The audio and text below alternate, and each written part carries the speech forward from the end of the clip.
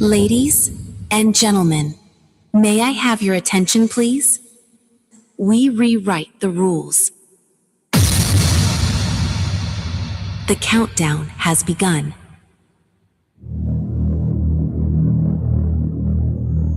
The show starts in 10, 9, 8, 7, 6, 5, 4, 3, 1.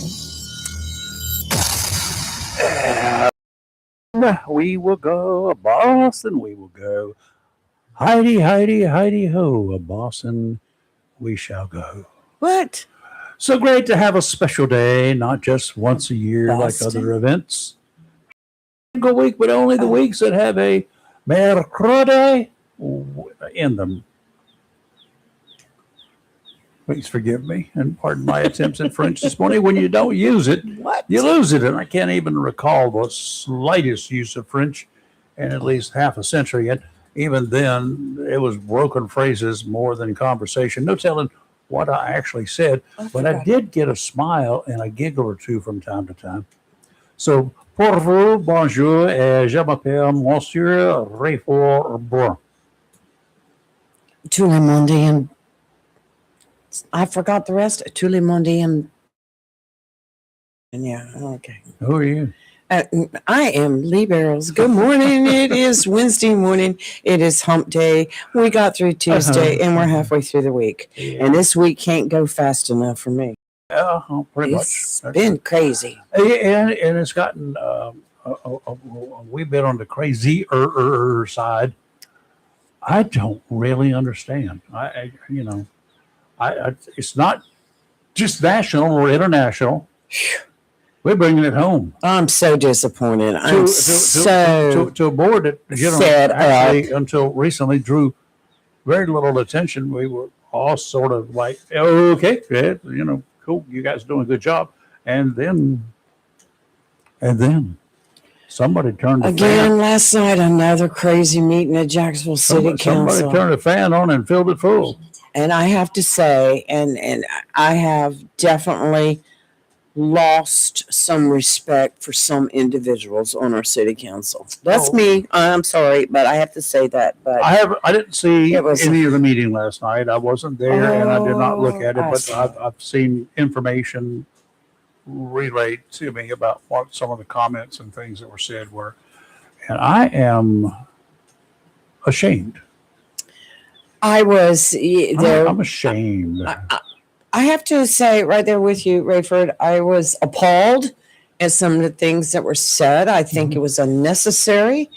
And I think that those accusing others of inciting were themselves inciting. And that's not the way our Jacksonville City Council is. And it's never been that way. And last night, another night to prove that there was a huge division. I say that somebody has posted on Facebook information, and what I've heard from you, information. Yes. Did anyone did any member of council call another member of council a liar last night? Yes. Did they use that word? Yes. They called him a liar. Yes. Which I felt like was completely unnecessary. Let me ask you this. It was. Let me ask you a question. You go ahead and ask me. Okay. Did the individual who was called a liar, does he have credentials Very that much are, so. as far as we know, and we would know, I would know because I looked at the paper when I first came back to town, that are impeccable? Have you heard anything bad about this individual who is now deemed a liar? Never. And I know what. How does his credentials compare to the individual being a liar? Impeccable. His credentials are impeccable, but how do they compare to the other gentleman? Oh, the one who. The individual, the other gentleman, did he have problems with his law license? Why, by golly, yes, he did. Was he disbarred? I'm not. Why was he disbarred? I can't remember. I don't remember all the details, but I want to know who is calling whom a freaking liar.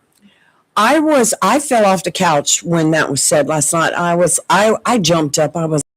I wasn't even going to get mad this morning after I heard this last night. I was mad. Maybe that's why I wasn't sleeping well. Maybe that's why. You have one side that was accused and the other side of not being transparent, not being honest, trying to incite. I'm like, it's not. It's who is calling whom a liar? What are the credentials? What is the background of this individual? Mr. Willingham, shame on you. Yeah, shame on you for calling Councilman Yanira a liar. There was no need for that. It was completely ridiculous. What Councilman Yanira was referring to, because Councilman Jerome Willingham kept bringing it up over and over and over again about the lawsuit back in 1992 or 3, whatever it was. And that he brought. This was the one that Joe McLaughlin brought against the city for the ward system not being fairly done or whatever. Yeah, And if I remember correctly, I can't tell you the specific details, but it's not like he won the lawsuit, Jerome did. It's more or less the court said, look, nothing here, move on. That's right. Nothing here, move on. So it was really not a huge win for anybody. It was just a lot of wasted time and hot air. And so when Councilman Yaniro brought up the fact that of the lawsuit, that's when Councilman Jerome Willingham turned around and said, Mike, you're a liar. And I was like, "Ooh, gotta be kidding me." I was like, and then there was references by some of the council of accusing the mayor and other council members of sneaking a special meeting in, which according to state law, they can call a special meeting at any time. They can call a special meeting, but guess what? They have to notify people. That's right. And did they notify people? Did they abide by the law? They abided by the law. Then what is sneaky about it? And this whole thing. That's what that law is about, people, to keep them from being sneaky. Because the last meeting, they put off this whole thing on the 1038. And that last meeting was long, and it was different sides on the House Bill 1038. We can discuss that until the cows freaking come home. The federal government's going to do what the federal government's going to do. Well, they continue. Y'all can do whatever you want to. All 7 of you can on that council. But guess what? Right. When the man in D.C. says, this is the way it's going to be done, guess what, Jack? Well, the whole thing, anyway, to make a long story short, they ended up, wasting my time. Councilman Willingham brought up a motion to redraw the lines. I'll do the redrawing. And what Councilwoman Mayor Pro Tem Cindy Edwards, along with the attorney, was trying to explain, you can take the time, the money, the hours, and redraw anything you want to. But if 1038 goes through, all that is mute. It's all mute. Mm-hmm. And you still have to deal with the federal government coming down and saying, y'all running a system that we have deemed improper, and you're and the city's liable for it. Yes, they are. The city right now is in a position, right, that it could be taken to task by the federal government, and the amount of money it's going to cost the city to deal with this non-compliance that the federal government is going to be alleging, is going to be horrendously large. And then our tax rate will have to go up, or they will have to cut out some services that all of these city council people up there, all 7 of them, would like to have good recreation, good entertainment value, love to have all these things. But guess what? To get it, they're going to have to raise taxes. If you have to pay that money out to some stupid defense purposes against the federal government. The federal government is not cheap. They got unlimited amounts of money. And just so anybody watching and you have questions, special meetings, they are not required by law to have public comment. Nope. And so there was accusations made. They really should not have public comment. That the mayor and other council people were trying to silence the voice of the people. Look, if you've been watching the last 2-3 meetings, people have been speaking. They're up there speaking. Yep. And the people sitting there last night at the city council, the majority of them were one group. And they had professional signs that they had made that they're holding up. They were speaking quietly through signs. But it's just there was so many innuendos thrown, like, y'all are purposely trying to cheat. Y'all are purposely trying to do this. Y'all are purposely trying to hide this. And that's not true. Not from the viewpoint I've seen. But this whole 1038, if the city council wants to go and redraw the wards again, which why? Why don't you wait until after the feds tell you what you can do and not do? Well, one In the city council meantime, person shut up. actually said, "How dare the feds tell us what to do?" And I'm like, "Okay, So it's All right. on now. well, let's see what comes out of You have that." to abide by the rules, people. And Now and the federal government came out with these stupid rules in the first place. They're the ones who brought this on us right. back in the 80s, I think it Well, was. but like the lawsuit Louisiana versus Calais, Now that there's changed everything. Now there's a new That changed everything. there's a new level out here, the new playing field. Yes. And we got to play in that playing field. And we can choose to go ahead and do what we're doing. If you I don't like- care if you redraw lines, do what you're doing, and then the federal government come down and say, Mm. So why even? I think first of all, everybody needs to settle down. Everybody What are you needs to talking come to about, man? Jesus. Everybody needs to shake hands. Let's be nice to telling each me to do other. that? There's no hope for Yeah, you. I don't shake They hands. need to let everything just calm down. They need to let this 1038 either die or pass Mhm. and then go from there. But this whole thing has become racial. It's become name calling. It's become accusations being thrown left and right. And I'm like, what has happened? Last night, see this wall right here? I just wanted last night just turn my chair around and put my head on the wall last night listening to all that. That's how upsetting it was to me. It was ridiculous. It just stressed me. But I watched to him. And there were some people out in the hallways acting up, and the mayor had to get up a couple times. And the couple times other than that, the mayor had to tell the people in the building, shh, or else you're going to get thrown out. I mean, the whole thing. I got my walking tall stick over here. Charlie asked, are we happy in content with our city?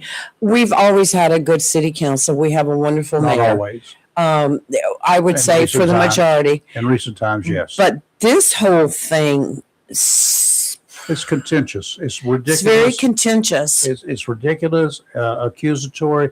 It is about ungentlemanly. You sound like a bunch of idiots in Parliament.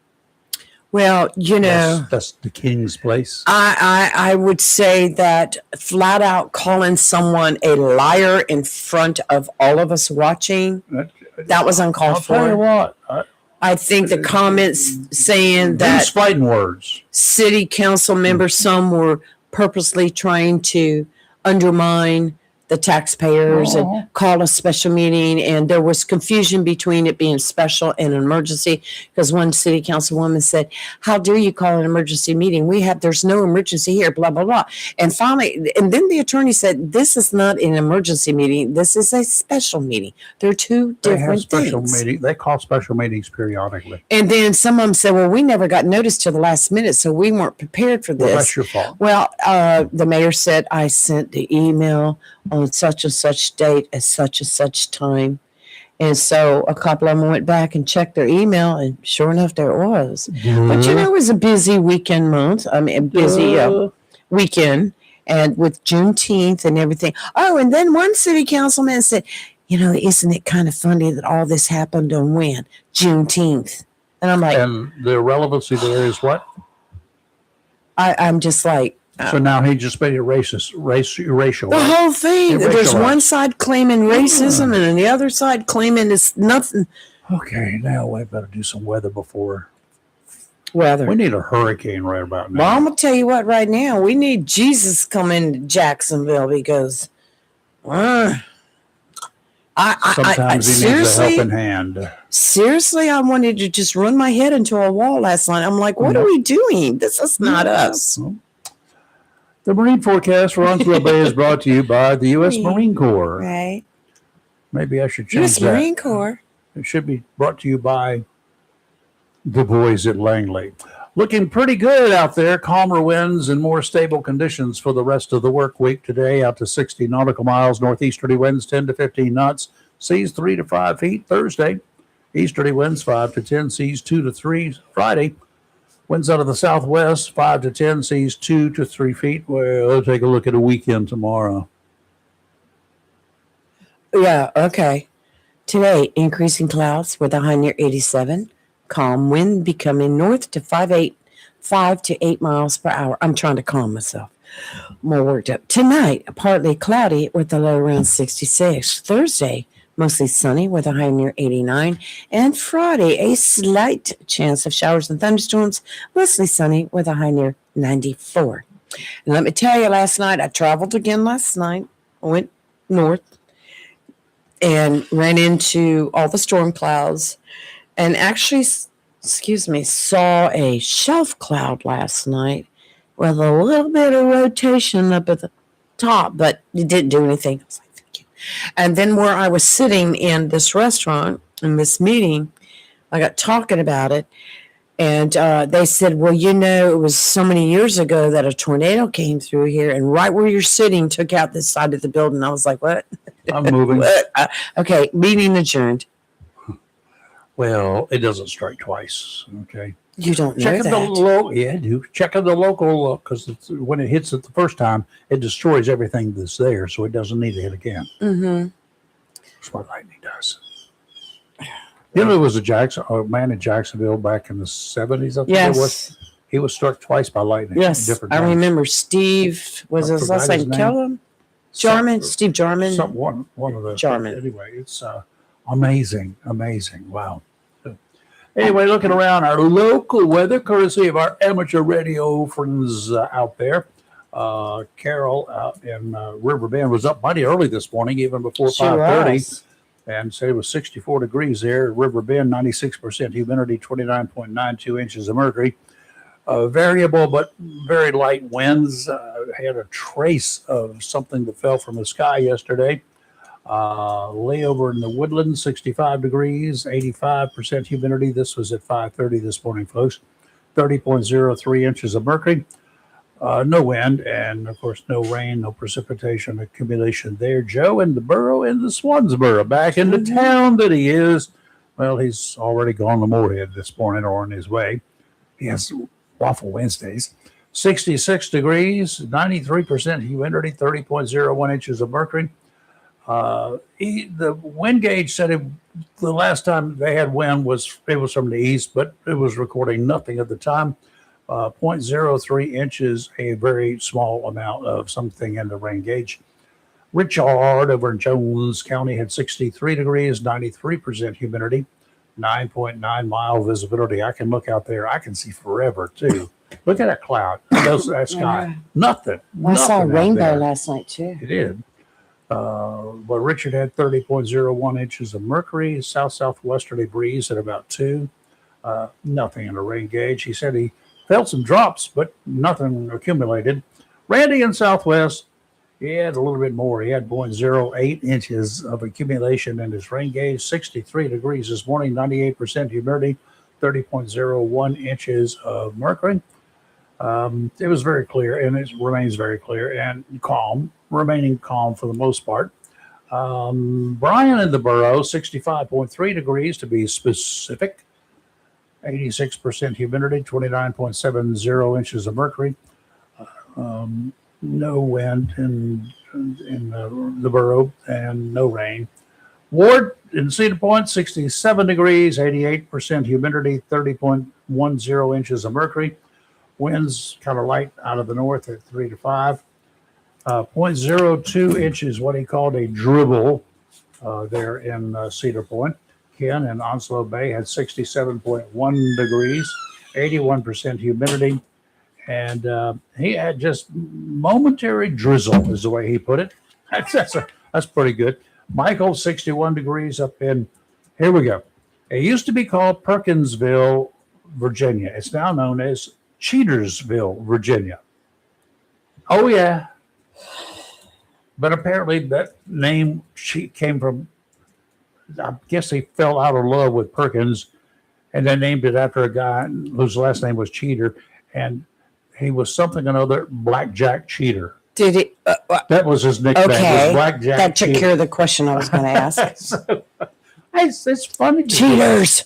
Funny to do this kind of trueness. Real quick, I have a comment by somebody about the meeting last night. But first, I want to tell you, Got my blood going again. this was not the one I was searching for because I think his name was Steve Jarman. But anyway, the man in Jacksonville, North Carolina, who was struck by lightning was Santonio Cato, a 39-year-old corrections officer from Maury, North Carolina.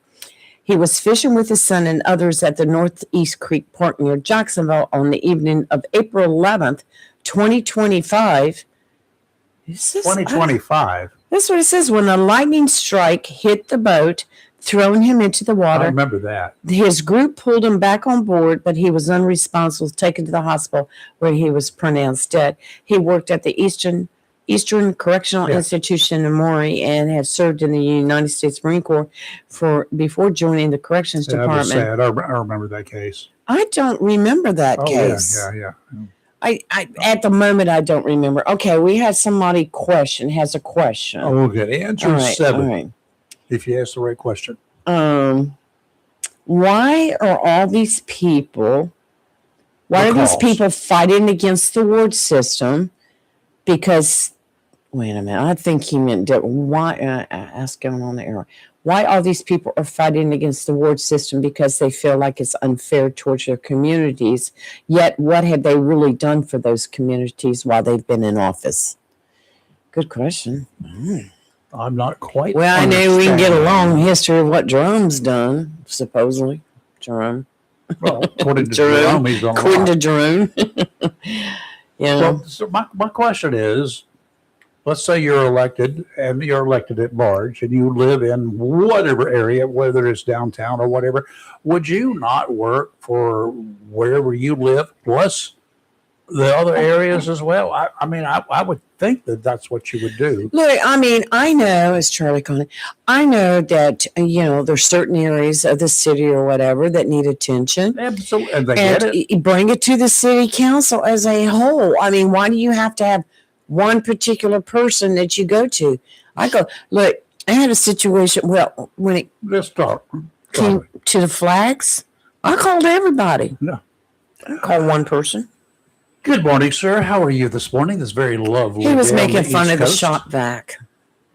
What shop guy? The one that's The out door was open. Well, I And can't help that. Did you actually? what Did is you that? shut the door because I mentioned that? She probably did. Well, I usually shut the door in the morning anyway, and Okay. I absolutely didn't know forgot. that was. Okay, let me explain this to you, Charlie. What it is the weather outside here So today is in the beautiful. mid 60s. It's beautiful.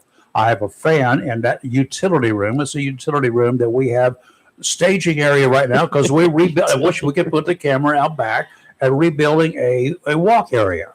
So that is a staging area for a lot of equipment, including the shop vac. Now, we are blowing air into the studio here from outside through a window there and a door that you cannot see open on the other side. So we're just getting a cross ventilation.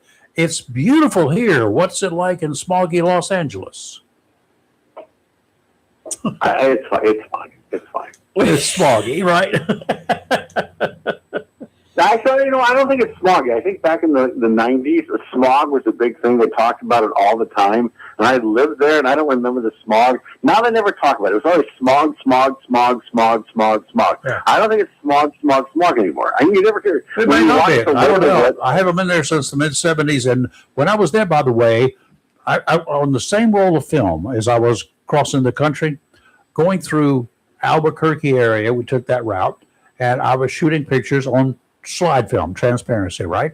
I got some pictures of the little hills and things as I was passing through Albuquerque area. I don't know exactly where. I know I was in Albuquerque at one time. But when on that same roll of film, the air was beautiful there in New Mexico. all the way through that area. It was beautiful. I got to LA, and on that roll of film, when I look at it later, the sky was yellow. Everything was yellowish brown. I'm like, no wonder they got something they call smog here. Yuck. Hey, so do you have a collection of all those photographs that you took? Oh, somewhere I do. I have tens of thousands, literally. Why don't you Probably show hundreds. those? You should show. You know, Where? you should. Well, okay. Don't cut me off. Do like a weekend show for 2 or 3 hours. Do like a weekend show for 2 or 3 hours, and do a retrospective. Hold on, I know what I'm talking about. People always say, "Charlie, I know what I'm talking about." Do a retrospective. You know, just only talk about your travels. Show photographs. Go back to that time, that period, and talk about those images. And for both of you guys, and just do some sort of retrospective on that. I'm telling you, people would find it interesting. They probably would. So, are you going to do it? I just got to find somebody to help me accumulate and process and produce and put it together, because that is a job. You're never going to do it. That's fine. I don't know. From time to time, I do go back and retrospectively put up some photos from yesteryear. You have. I do that, and you're right. It gets a lot of hits. Well, I think it will be interesting just to hear your perspective. Mm-hmm. Where you show a picture of a different city or state, you talk about your experience, whatever happened at that time. Smoggy blah, blah, blah, blah, blah, blah. I'm not going to tell you what to do. You do whatever you want. I don't care what you do. All right, let me ask you a question. What you got? If you were talking to someone that's like a very basic person, a very simple person, if you had to explain the difference between a Republican and a Democrat, so how would you describe a Democrat in a very just simple form? Oh, Well, first of all, you're asking a person who's neither. Unfortunately, Charlie, I'm probably the worst person to ask to do something like that. It's simply because I look at things and I look at the negative side of things. I look at the negative side of the Republican Party and the Democrat Party, and even those of us who are unaffiliated. Lee tells me I'm not committed, and that's why I'm unaffiliated. I'm just not committed to anything, and I should be committed to something. But what could I be committed to? A Democrat or a Republican? My dog is a Republican, so it's written. He gets free housing, free health care, free food, Democrat. pays 0 taxes. And I don't know where this came from, but Lee handed it to me. But that makes my dog a Democrat. Now, I don't know. Republicans, they're just anti-agitators that just don't want to get along. They just want to create hate and discontent. Hold on. You said anti-agitator. So you basically said they're pacifists. They're anti-people. They're agitators. They're just anti. No, anti-agitators would mean that they're not into confrontation, correct? They're agitators. Okay, yeah. So are you Republican, or are you a liberal, or are you a conservative? I'm a conservative. I will tell you that. Where do you see America 20 years from now? If you had to describe where it's going to be 20 years from now, who knows where it's going to be? Actually, let's say 40 years from now. Where do you see the United States of America 40 years from now? If you, as I said, listen, hey, Rayford, who knows if it's right or not? What would you say? Well, I will be better after 2028 to see what direction this country goes at that point in time, because we have been on a wishy-washy trail, up and down, pluses and minuses, and I think we're probably further negative than we were 30, 40 years ago. If we continue this wishy-washy, well, we're tired of that guy, so we're going to put somebody else in to do something completely different. And they do. And then they tear down what has been done before. Then you put another person back in to build it back up. That's wishy-washy. In the end, I think we're in the hole by at least 10 points. Now, do you want to know where I think it's going to be 40 years from now? If the 2028 election goes and we have a conservative element and we are on a normal conservative, not a radical conservative, but if we're in a normal forward motion at that point in time, and 30 to 40 years from now, I think we will be ahead of the curve. What do you think? What's the name of that mountain where all those presidents are? Rushmore, do you think it's going to be torn down? Oh, yeah. I think it'll be definitely torn down. I think that the White House will be torn down. I think the Washington Monument will be torn down. I think that probably most churches will be torn down. Actually, probably all churches. I think it's going to be a complete and utter just dust bowl of crap. Okay. I think, that's what I truly believe that. I'm going to be, here's the beauty about me. Actually, I'm going to be around 40 years from now. Let's say 60 years from now. Yeah, I want to be gone. No, it's going to be a crap hole. It might be. Well, I mean, I don't know. I mean, who knows? I think that at some point in time, you can push people just so far until we the people become we the people. And the thing about we the people, we're the ones with all of the power if we want to take it. Well, but people are weak. The people are weak. Well, they're not going to take it back. Look at all these politicians. I've been watching. I've been. It's probably talking points. But I look at the Democrats, the Republican politicians. Who elected these people? These are just beta. No, they're beta men. These are weak, simple men. They're not leaders. Mm-hmm. Even if they're conservative, even if they're liberals, these are pathetic human beings. I look at so many of these people.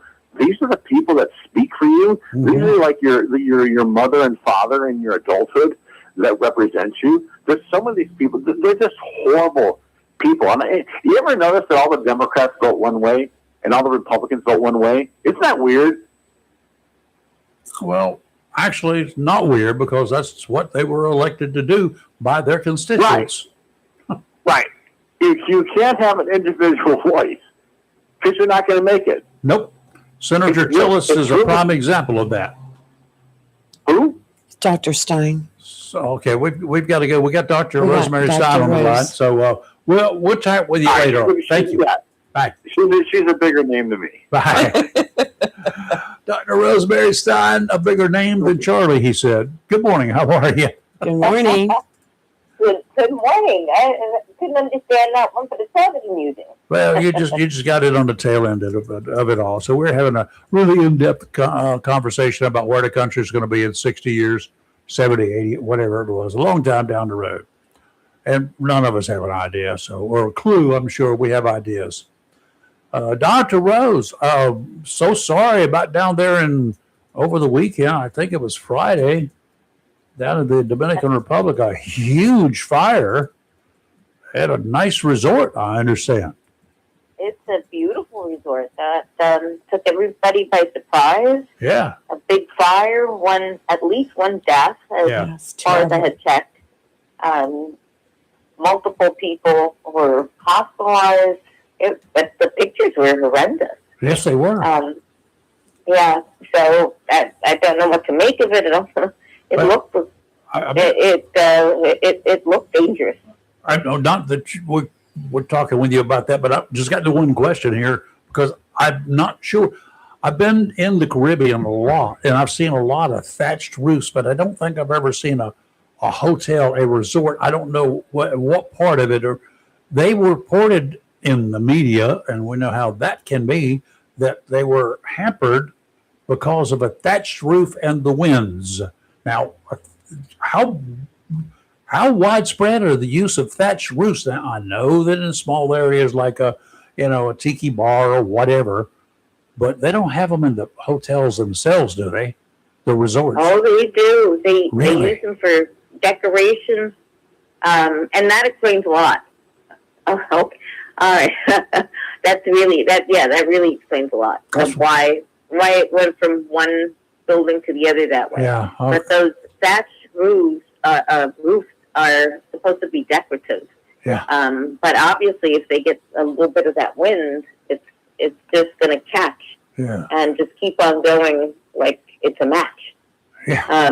Yeah, but it is used in the nicer resorts just to make it look very tropical. Well, they might want to get some plastic ones and redesign it. Use some Yeah, fire resistant thatched roofs or something. I agree. That's probably one of the reasons that it spread so quickly. Okay. Yeah, it was tragic. Very, Yeah, very, very it tragic. was. Very tragic. So, But somebody could be vacationing like that, and not only the 1,000+ evacuations, but the death is just. it is. It is. What I found quite sad. amazing was the report said of course, this was a Wyndham Resort, which is a big name in the resort area. They've got hotels and suites and things all over the country, all over the world, probably. But what I found amazing, 1,700 people there had to be evacuated and relocated. Of course, they put them up in as many places as possible, but they were putting them up in private homes. Apparently, individuals were offering their homes for some people to stay, and people who probably lost everything except what they were wearing. I hope they weren't sleeping naked. Hopefully,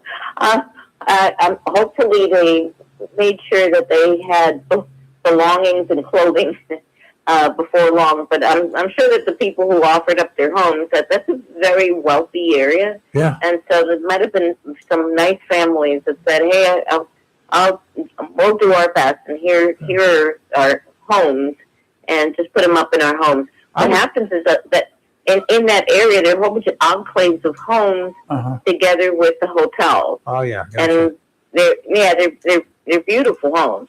But that might have been what happened. I would just hope that we in this country would do the same thing if there was a major event like that. Offer our homes. Well, I got an extra room. Come on over here. You can stay here till you can make arrangements, do whatever. I'll help you out. I would hope that we in this country would do that. I do too.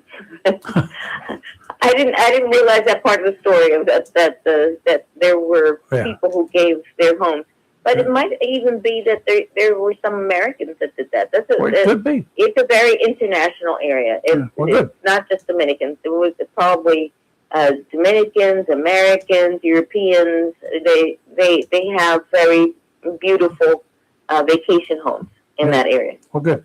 Okay. Anyway, I just found that kind of. I look at the stories behind the stories, and I like that. So that was good. Interesting.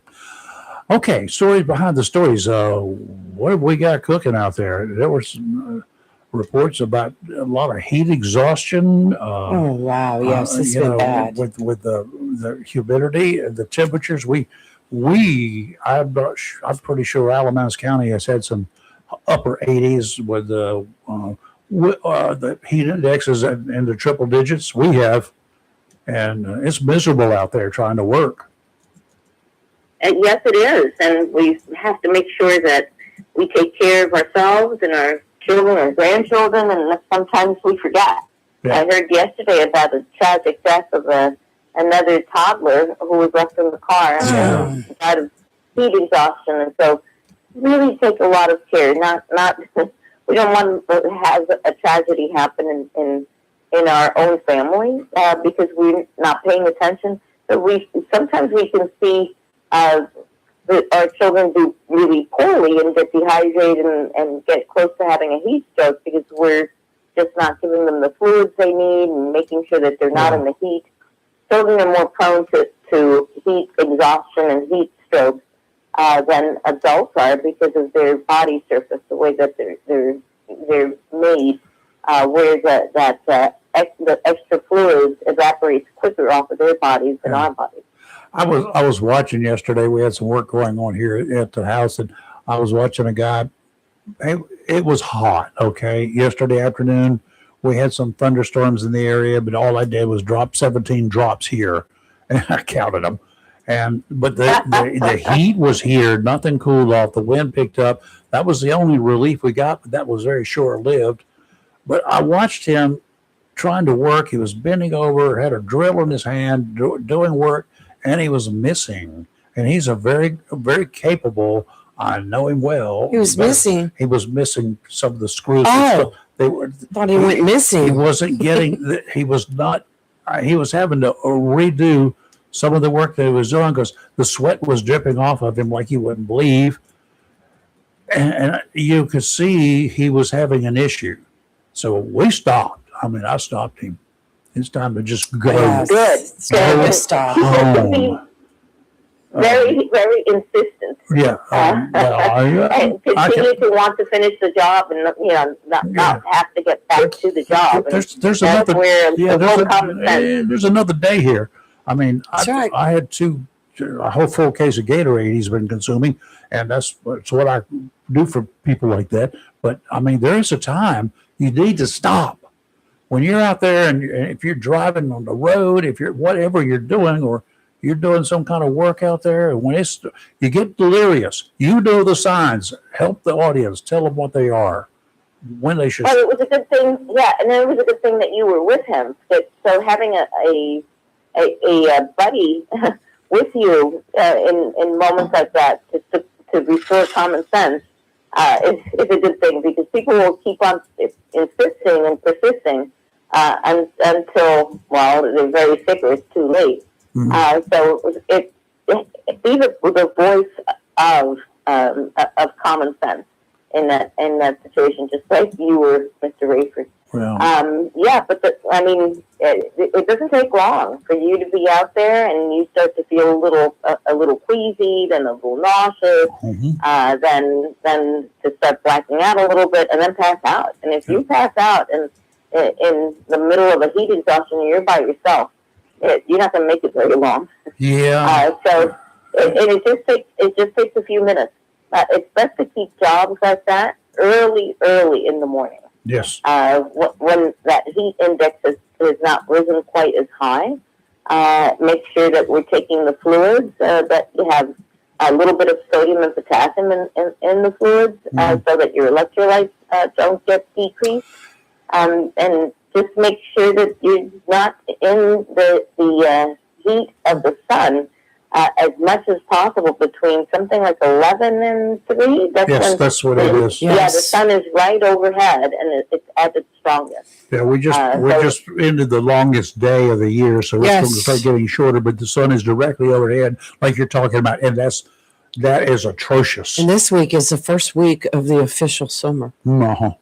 So Officially, we're in summer. yeah, Officially, it's hot. officially I can tell It you. is officially hot. And remember that our children don't have that common sense, and You're they're right there. playing outside, and they fall like apples off a tree Yes. once they're exhausted. Now, So just warn them and make sure that they know what their limitations are, and be looking out for them to make sure they come back inside, keep the house cool, have plenty of fluids ready for them, and just talk with them so that they know what to expect.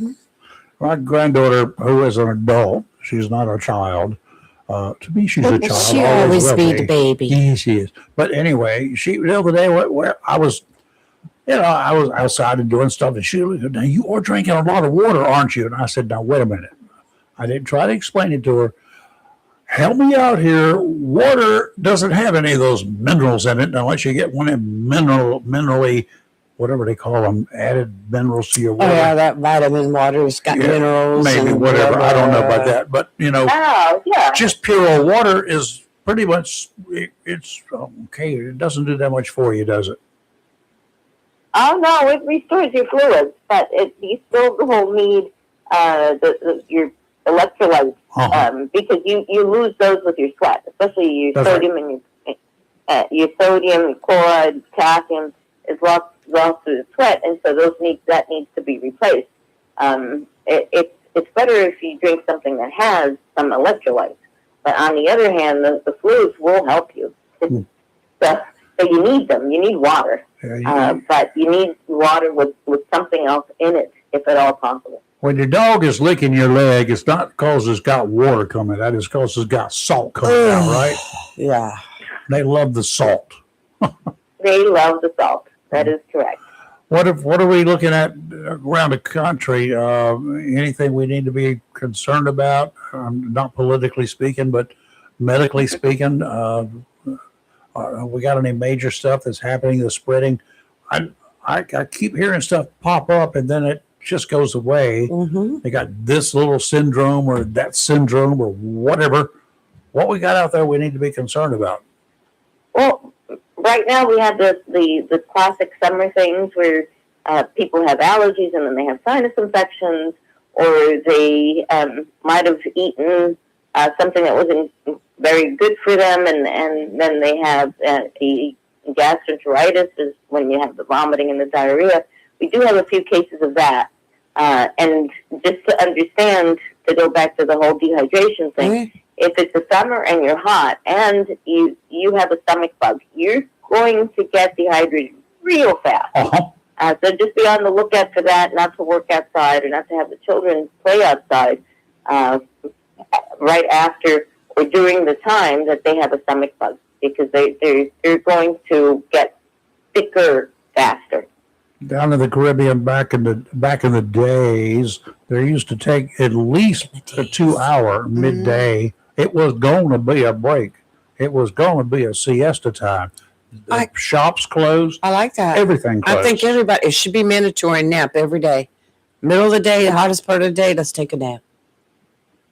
Yeah, well, I think in the Dominican Republic they still do it. There are offices that will close right between 12 and 2. Yep. Oh. And you open at 8, you close around 12, you come back at 2, and then you work until 6.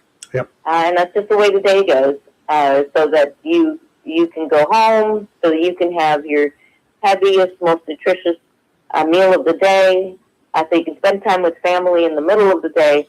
So all those things are still happening in many countries. I just cannot imagine these guys that are putting shingles on roofs at 12 o'clock or 1 o'clock in the afternoon. That's got to be horrendous. That and resurfacing roads. Holy moly, that stuff they do with hot tar and hot Yeah, they usually do that at night now during the summer. A lot of time they do it at night. Oh, but you see them out there doing this kind of work. Oh, wow. No. Hopefully there's some oversight over the crew that does all of that to make them realize, okay, we got to stop right now. Let's take a break. Let's go and grab some food and get some fluids and come back and then work some more. Not that it's great to work at 2 o'clock, but the rest is needed. Yeah. Well, there's a report out there. I cannot verify it because it came from the internet, but there was one of those construction crews with the reshingled roofs and stuff like that. They put up these nets underneath so that when they rolled off, they didn't get hurt when they hit the ground. There were nets underneath to catch them. Did you ever hear about that? No, I did not. It was on the internet. It must be true. Oh, well, there you go. Of course. All right, Dr. Rose, thank you. Thank you, appreciate Dr. it. Rose. We certainly do. Oh, you're very welcome. It's always a pleasure to talk with you guys. You guys, sometimes you get me thinking. Well, We're trying to find something we can throw at you, but you always have the answers. Yeah, it gets me thinking about stuff out there that I want to have answers to, so I can either go to the internet or I can ask you on Wednesdays. Internet's very informational, so I've got some information for us. Oh, great. On something earlier. Then I'll have to verify it. Okay. Maybe we're just learning about Dr. Rose. Is it about anything? No, it's about the lightning and About lightning, the person that was struck. Oh, lightning is not good when it hits you, is it? I got the first name right. Certainly not good when it hits you. It can be very, very, very dangerous. Even lethal. Yeah, Yes, definitely. yes. Question for you though: I don't know whether you know about crops or not. They used to say that if lightning, particularly around corn, lightning would put something in nitrogen in the air, and that was helping the corn grow. Have you ever heard about that one? If you build it, they will No, come. I can't say I've heard that. Okay, well, I got to check that again because that used to be one of the farmer's tales, not an old wives' tale. That was a farmer's tale. So we'll find out. Yeah, we'll have to look that up. I'm gonna look it up. Thank you, Dr. Rose. Thank you, Dr. You guys have Rose. a great week. You too. Bye. When you talked about cornfields, you made me think of that movie, Kevin Costner. Oh, God, yeah. If you build it, they will come. Oh, Where he went into the cornfield and and they came. built a baseball They came. stadium, so to Mhm. say, and they came. They came. They came out of the corn stalks to Yes, they play. did. Going back- They were the corn children. Children of the corn. Children of the corn. I've got a corn. Ooh. Yeah, ever had a corn? No, okay, I'm on Oh, it. God. All right, going back to the Steam lightning it, don't boil survivor. it. The person that I was referring to, Steve Marshburn. Well, that's it. Yes. I knew it was one of those. Steve Marshburn local- Sr. And I kept saying, because I knew it was Kellum, German, they're all related over there. Okay. No, really. Humphrey, Kellum, I used to deliver other mail. I didn't have to worry about missed deliveries because if I put the letter in the wrong box, They would pass the it cousins up gave, I'm just kidding. Anyway, That was awful. You For know somebody that what? were named had the same first name. I had to refresh myself with this stuff. And he was struck by lightning in 1988 while working at a bank. Working at a bank. According to his account, it was Friday afternoon before direct deposit, and he had opened the bank's drive-through window. A lightning strike hit the drive-through through the speaker, sending a surge through the window and into his spine, breaking his back and causing severe Yep. damage to his brain, spine, and vital organs. Oh, we have some serious injuries. I remember that. He spent 15 years before finding a doctor who could treat his injuries. Despite multiple surgeries and ongoing health issues, he says he wouldn't change his life, noting that the experience has led him to help others. He now runs a nonprofit for lightning strike and electric shock survivors with over 1,800 members worldwide. Did he get hit a second time? Because the one I'm thinking about, there were two I people. There was thought- one guy in Jacksonville that was struck twice. This doesn't Not at the go same day. into it, but it doesn't say that. I remember his story, but I don't remember him being the one that was hit a second time. I don't. It could be. All right, here's WCTI did a story, and let me see. They all used to do the stories. Yes, I mean, I remember. Yeah, that's him right there. And they're talking about the recent death of the servicemen who were struck by lightning, the one that we read In the earlier. boat, yeah. Yeah, in the boat. And then they did an interview here with Steve Marshburn Sr., struck by lightning, and had 46 surgeries and multiple health issues. God bless him. Yes. Wow. So it is that we find ourselves midway through this week, right? Today, we last Thank you. left you. Right. We were led to believe that all was well between Iran and the United States. We did know that Not talking to gas in Jacksonville was $3.26 a gallon him. yesterday, 3.26, and falling. But in the afternoon of yesterday, news broke that Iran sent a boatload of missiles into Israel because Israel had attacked terrorist strongholds in Lebanon.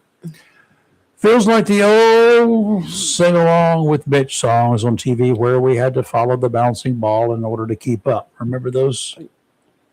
Yep. Mitch, sing along with Mitch. Right.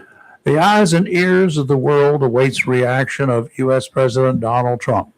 He's amazingly playing calm this time with the cards he's been dealt, facing criticism from members of his own political party, not to mention the opposition's opposition to whatever course of action he takes with the never-ending attacks on world freedoms. Honestly, I don't understand. I really get to a loss of words when I try to figure out how he does this. If I was totally self-sufficient with enough funds to take care of my family for the foreseeable future, enough security, which I can handle, to safeguard my family, and the wherewithal to go about my own business for as long as I need to do so, I'm pretty sure that I would have programmed every jukebox in the world to start playing the same song over and over and over again for 24 hours nonstop, beginning at high noon. So go ahead, ask me what song I would program every jukebox and every DJ in this country to play. The Lion Sleeps Tonight. No. This job ain't shoving. I ain't working here no more. Let's just sing that at the post office. Woman done left, took on the reason I was working for. That could be Trump's theme song in 2028. On his last day, Yep. on his way out the door Uh-huh. with his boxes and bags and moving truck. I would just like, no.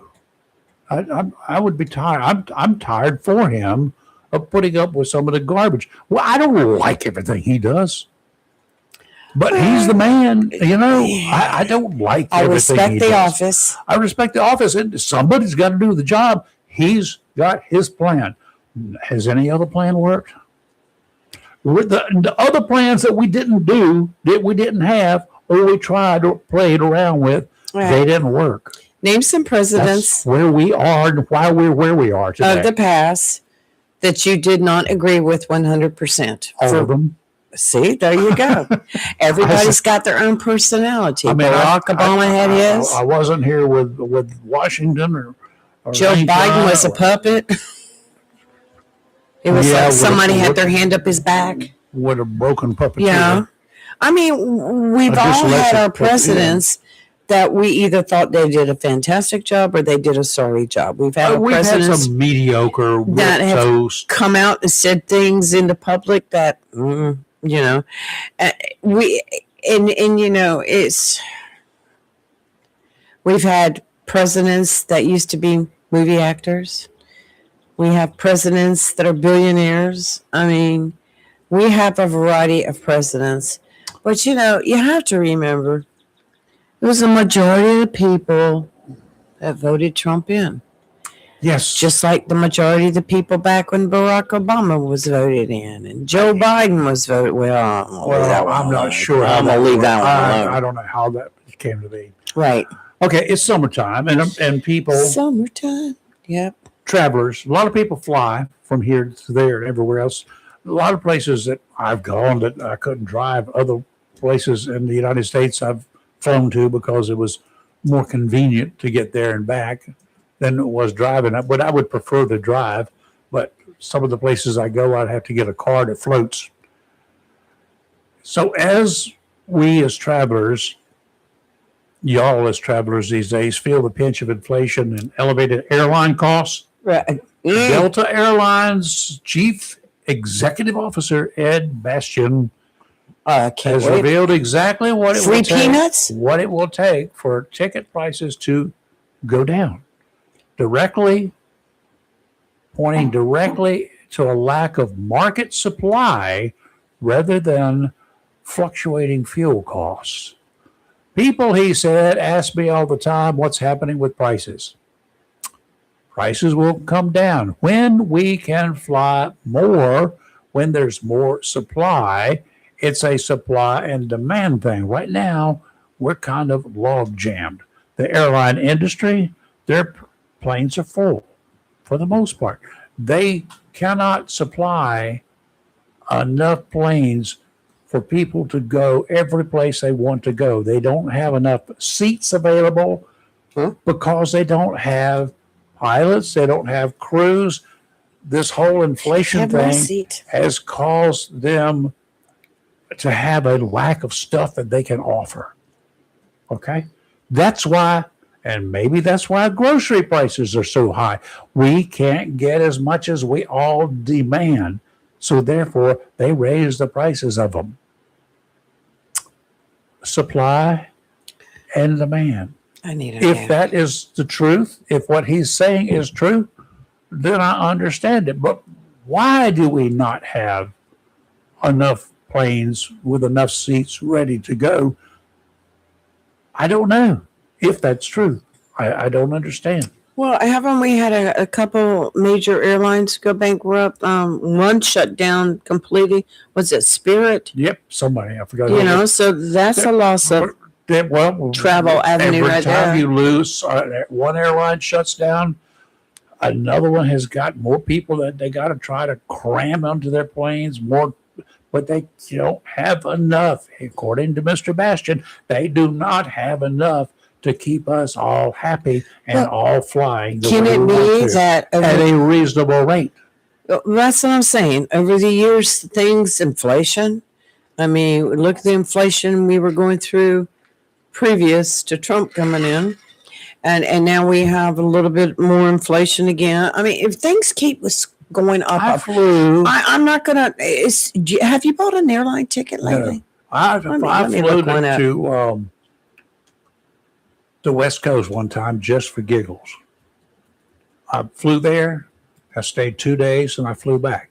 Why? Because at that time, a company called Piedmont offered round trip tickets for $99 one way, $99 one way anywhere, most places in the U.S.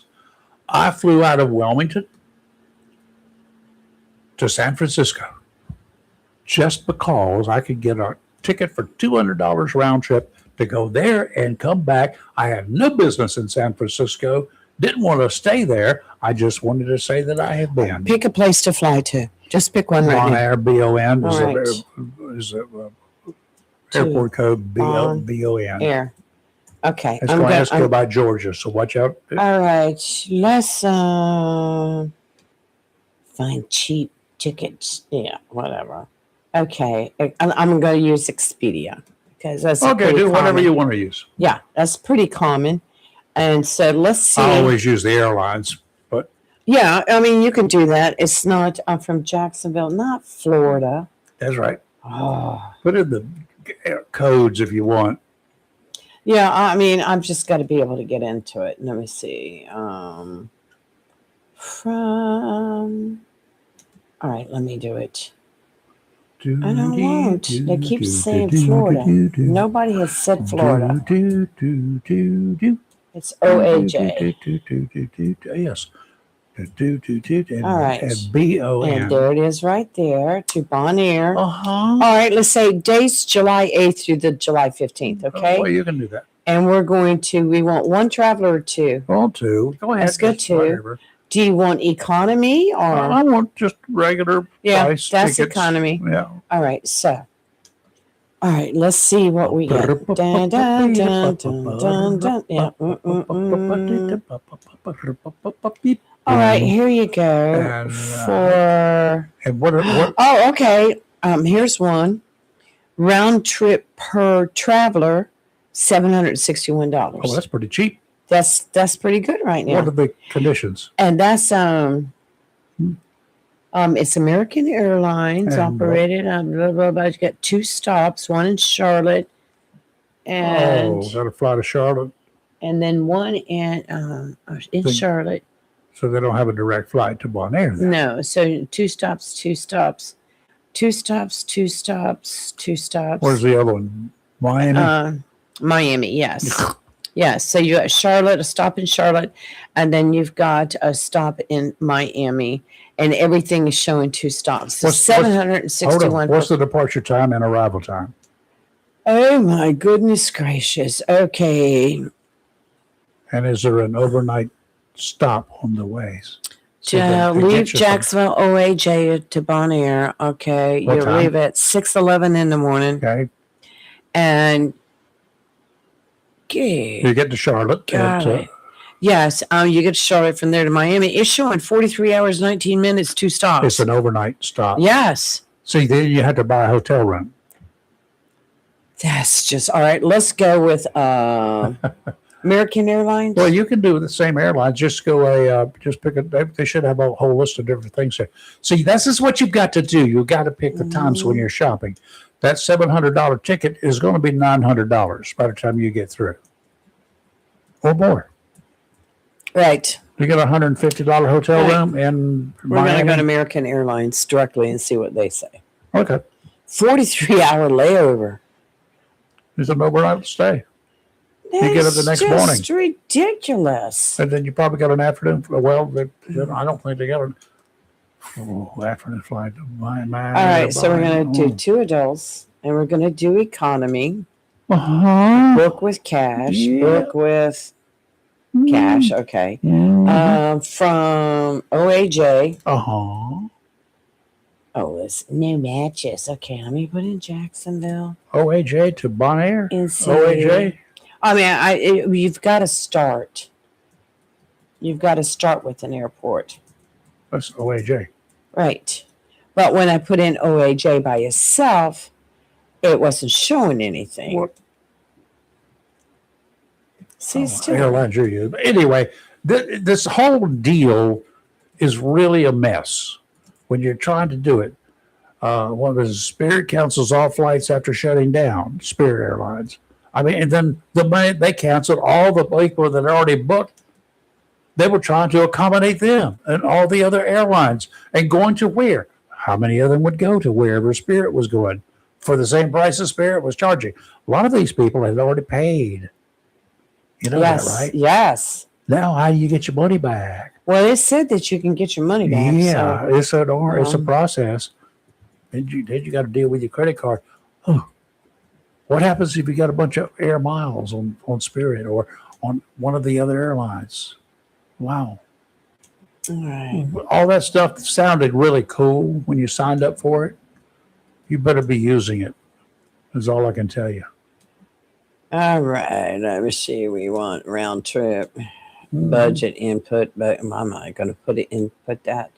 Use the search function at the top. I tried to search. You're still there? It doesn't work. It's not working. Anyway, okay, that was just a thought. But let's switch over to some joyful news. What? How about joy? Let's talk about something really super, super cool and nice. Renews your faith in humanity, especially our EMS workers and our fire department personnel. And this happened in Morehead City yesterday. Uh-huh. A Morehead City fire and EMS crew helped deliver a healthy baby boy yesterday morning after the baby decided he wasn't waiting for the hospital, but it was in the parking lot of the DMV. I thought, were you in line to get your... Did Mama get her license? Well, no, actually, they pulled over into that parking lot because the baby was coming. The baby's coming. The baby's coming. And so they were trying to get Carteret Healthcare, but baby wasn't having anything of it. Call came in at 7:10 a.m. Crews arrived within 3 minutes. Wow. And the baby was born at 7:20 a.m. So the call went in at 7:10. Baby was born at 7:20. Mama must have been 10 minutes. For a while. And but the EMS was there within 3. So anyway, She was waiting for something. I would say, okay, the responding crew included Devin Adam, Michelle Fuller, Charles Outlaw, Kristen Davis, Jay Eubanks, Assistant Chief EMS Coordinator, responded to the scene. Thank you all. Great job. I wonder what they're going to name the baby. Rescue. But congratulations to the parents. That'd be an interesting name. What's your name? Rescue? I don't know. What's your name? A Rescue. But you know, when I first read the story, I thought, oh my Lord, were they in line at the DMV getting in there early to, No, they pulled into the DMV because baby's coming, stop the car. Yeah, out go. What a nice story. What a nice story. We have some great first responders, don't we? All right. So, all right. I was trying to see if we have any, trying to see if we've got any more unruly passengers lately on the airways. That's going to be me when I have to get to the ticket line. I have to do. I want my ticket now. Because every day there was something, like the one that tried to choke somebody the other day, and chaos erupts on American Airlines flight as unruly passenger. Oh, that was the one we talked about that bit the other. Yeah. Bit one of the travelers. I'm going to tell you, they're crazy. What are the fines? What would you think the fines would be for being unruly on an airline? $1 million and 6 months hard labor. What, washing the planes? Cleaning the wheels and the luggage area. Oh, the FAA has initiated more than 1,300 enforcement actions against unruly passengers during the past 10 years, including recent cases for allegedly interfering with and assaulting flight attendants who instructed them to wear masks. Mm-hmm. They brought up the mask again. Some people just go absolutely off the chain when you talk about mask. You believe in UFOs?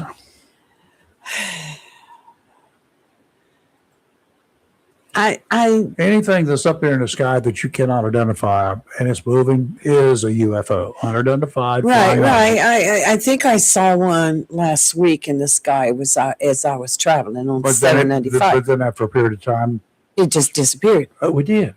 But it was over the horizon behind a building. It just disappeared out of the sky, and I'm like, yeah, okay. I'm sure I'm just seeing things. Yeah. No. But I was looking. I was like, is that a UFO? Rayford, there's so much on it.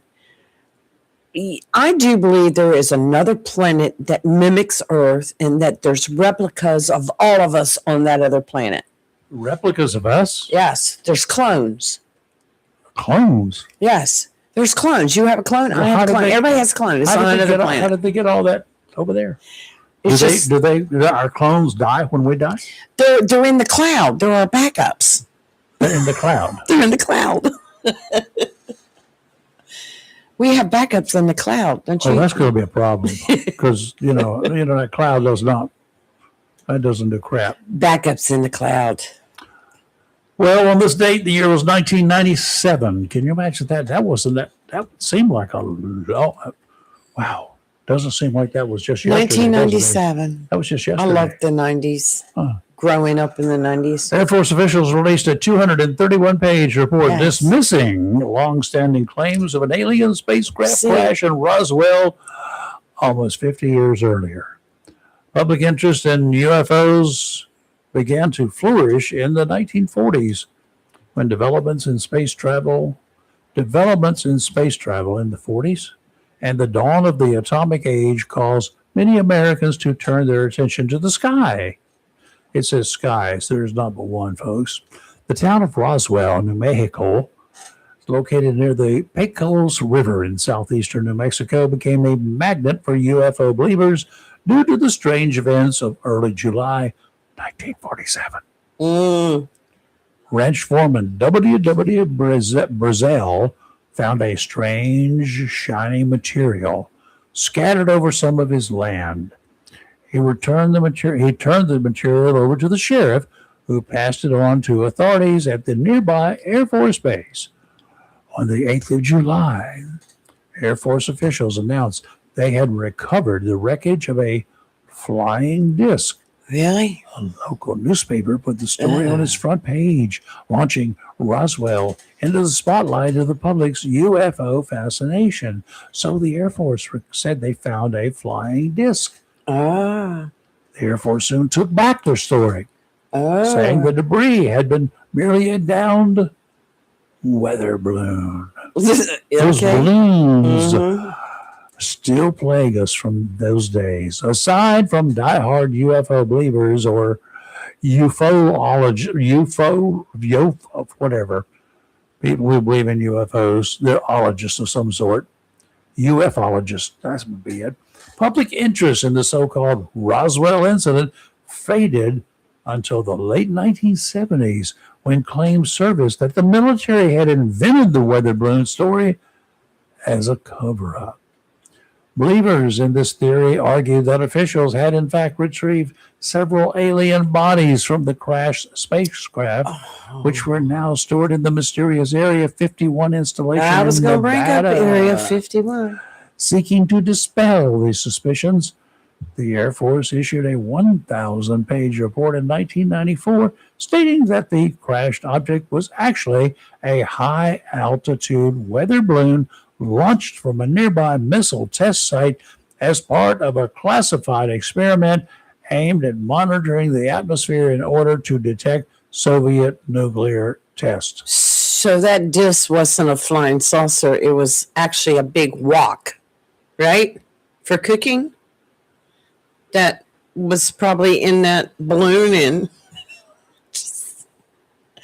I can't help it. The conspiracies and the theories on all this, and like on Area 51, which is a highly classified U.S. Air Force base. It's a facility within the Nevada Test and Training Program range.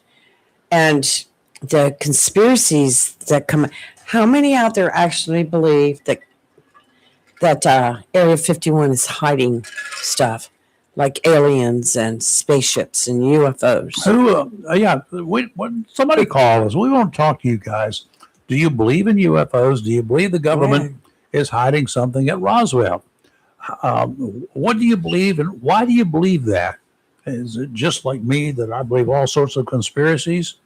Or is there something that you would like to point to that you believe? Oh, Who's out there? Tom said that one of the aliens was still alive.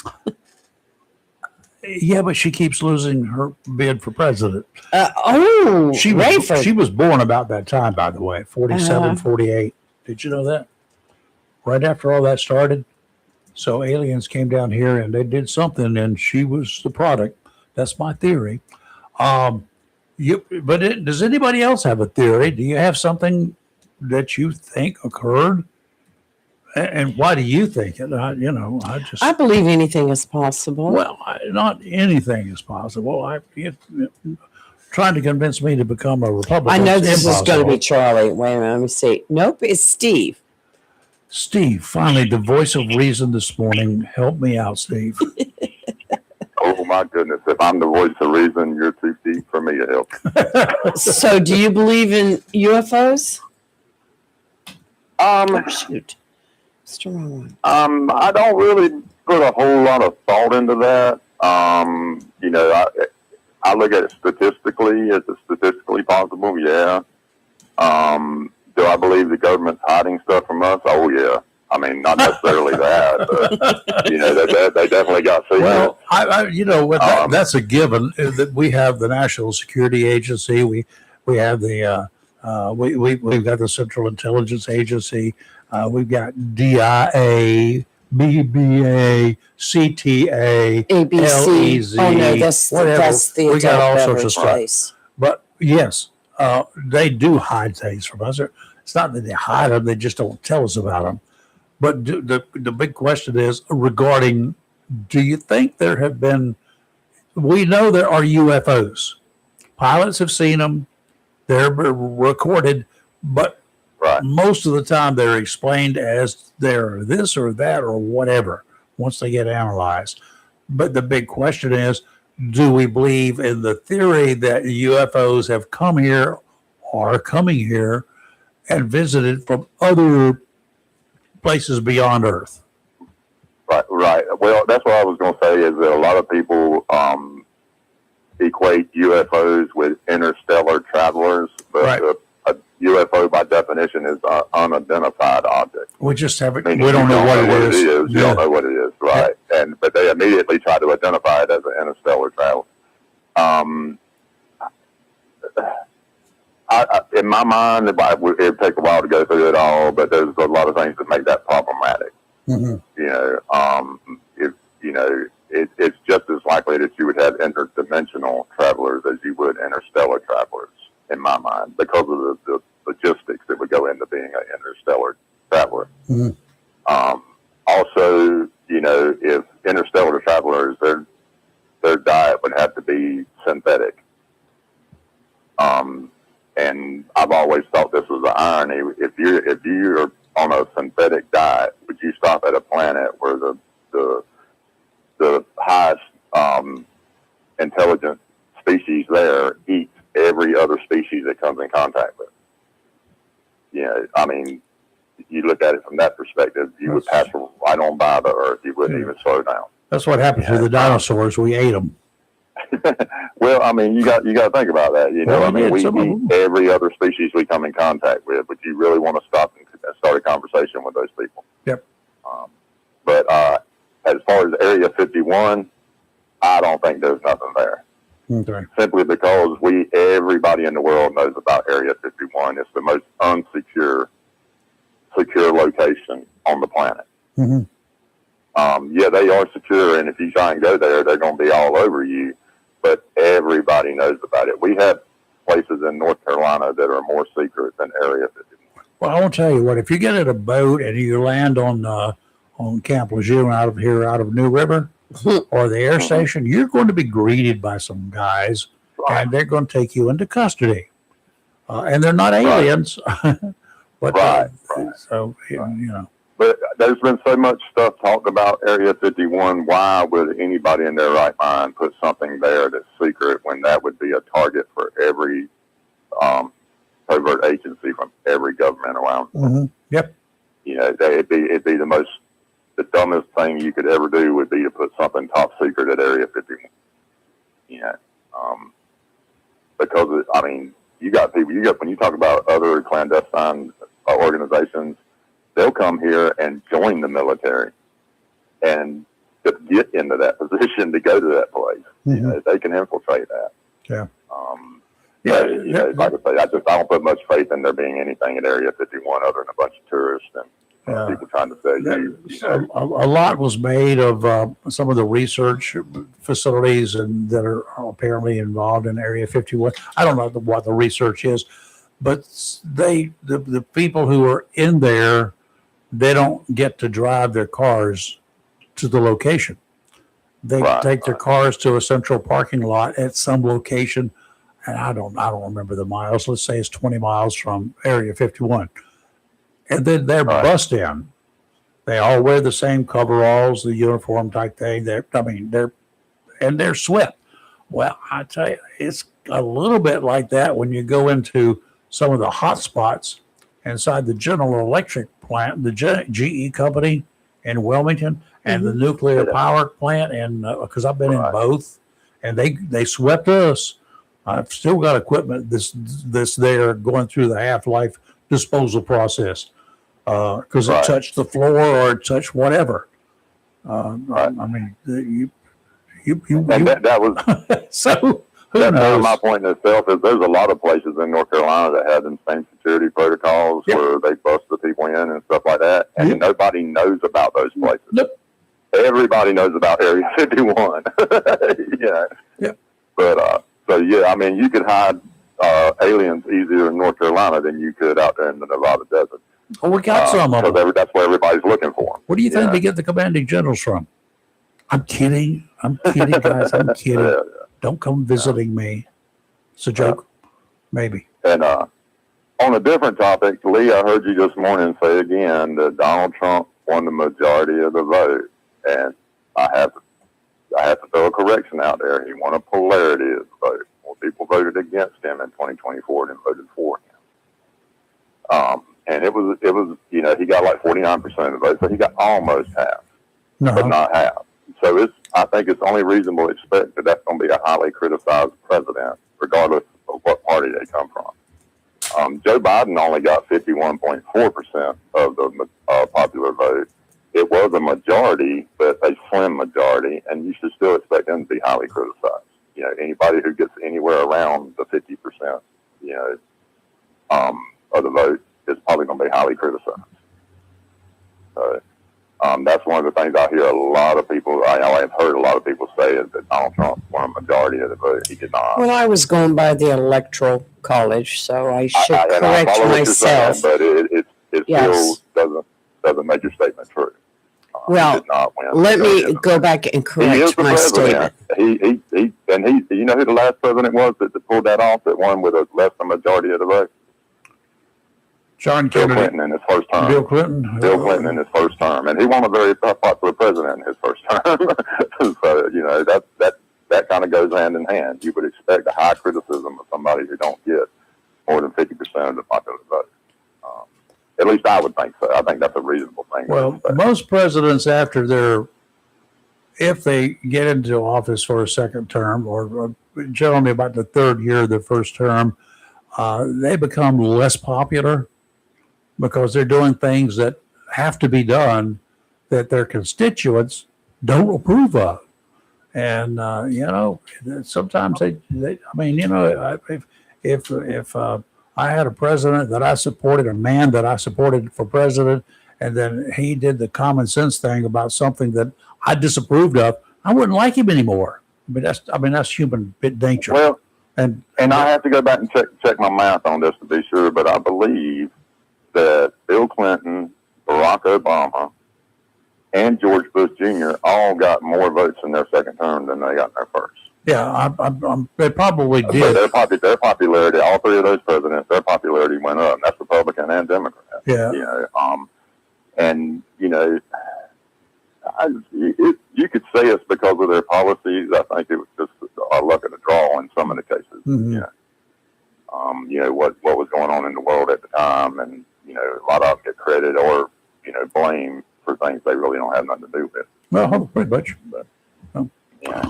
But anyway, I just wanted to throw that out there. Thank you, Steve.